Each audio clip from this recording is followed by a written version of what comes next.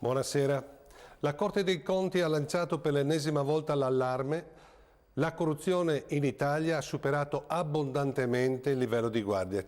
Ci costa circa 60 miliardi l'anno. Se a questi aggiungiamo i 120-150 miliardi di evasione fiscale, c'è da chiedersi come sia possibile che il Paese stia ancora in piedi. Il 17 febbraio di 20 anni fa, con l'arresto di Mario Chiesa, è cominciata l'azione giudiziaria denominata Mani Pulite, che ha fatto emergere quel cancro sociale che passerà alla storia come Tangentopoli. La stragrande maggioranza dei cittadini era vicina ai magistrati del pool di Milano. Uno dopo l'altro cadevano quei personaggi che stavano facendo affondare il Paese. Il nostro debito pubblico, non a caso, è cresciuto a dismisura proprio nel decennio antecedente Mani Pulite. È dagli anni della Milano da bere di craxiana memoria che nasce questa Italia corrotta, popolata da una fauna politica ed economica che si sente al di sopra delle leggi. Ovviamente la corruzione e la malversazione c'erano anche prima di Craxi e compagni, ma erano episodi e non un sistema politico. Con Mani Pulite finalmente gli intoccabili, balbettanti e impauriti sono stati chiamati da dei magistrati coraggiosi a rispondere delle loro ruberie. Finalmente la legge era uguale per tutti, come prescrive la Costituzione. Sparì il partito che occupava manu militari lo Stato con la complicità del Partito Comunista.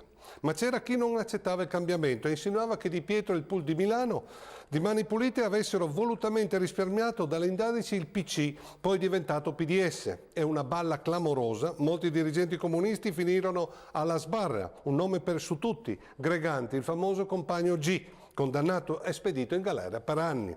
Poi entrò direttamente in campo Berlusconi e l'aria cambiò. E le televisioni e i giornali berlusconiani, che prima inneggiavano e sostenevano il pool di Milano, incominciarono una campagna forsennata contro la magistratura. E qui ebbe inizio la vera maledizione che ha colpito il Paese. Se infatti la classe politica ed economica non rispetta la legge e mostra disprezzo per la magistratura, come si può pretendere che i normali cittadini abbiano rispetto per le leggi della convivenza civile? Nessuna classe dirigente degna di questo nome può delegittimare la magistratura.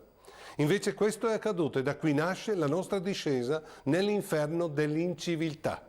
Ormai siamo più vicini alle leggi della giungla che figli di uno Stato di diritto. E così non riusciamo più a comprendere come un Presidente della Repubblica tedesca, che si dichiara pure innocente, si dimetta per aver ricevuto un prestito da un imprenditore amico e minacciato il direttore di un importante giornale per non far pubblicare il fatto. E la cancelliera Merkel può dichiarare che tutto questo è la forza dello Stato di diritto. Tutti sono uguali davanti alla legge. Invece per molti nostri connazionali che hanno vissuto questi 20 anni berlusconiani questo fatto sembra incredibile.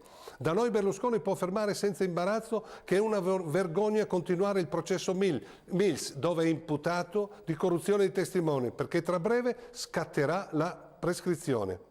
E che quando la Procura di Roma chiede il suo rinvio a giudizio per evasione fiscale sul caso Mediatrade dichiara un processo che la Procura sa benissimo che non potrà mai fare per prescrizione.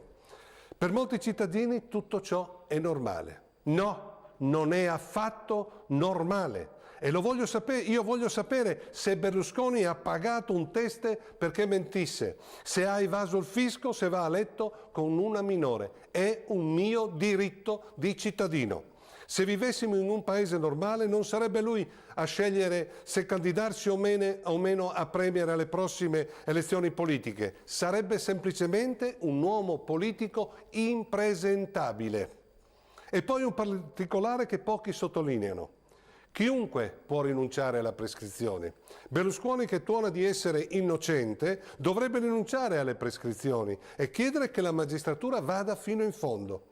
Se io fossi accusato di qualche reato grave e so di essere innocente, correrei dal magistrato per farmi processare e chiarire la mia posizione.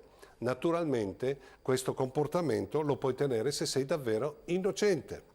Invece il Caimano negli ultimi anni non ha fatto altro che varare leggi per salvarsi dai processi e non nei processi, pagando i migliori avvocati sulla piazza per farli durare il più a lungo possibile e guadagnare così la prescrizione.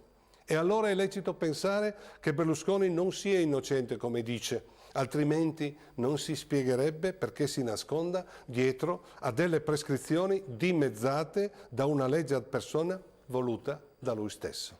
Arrivederci a mercoledì prossimo.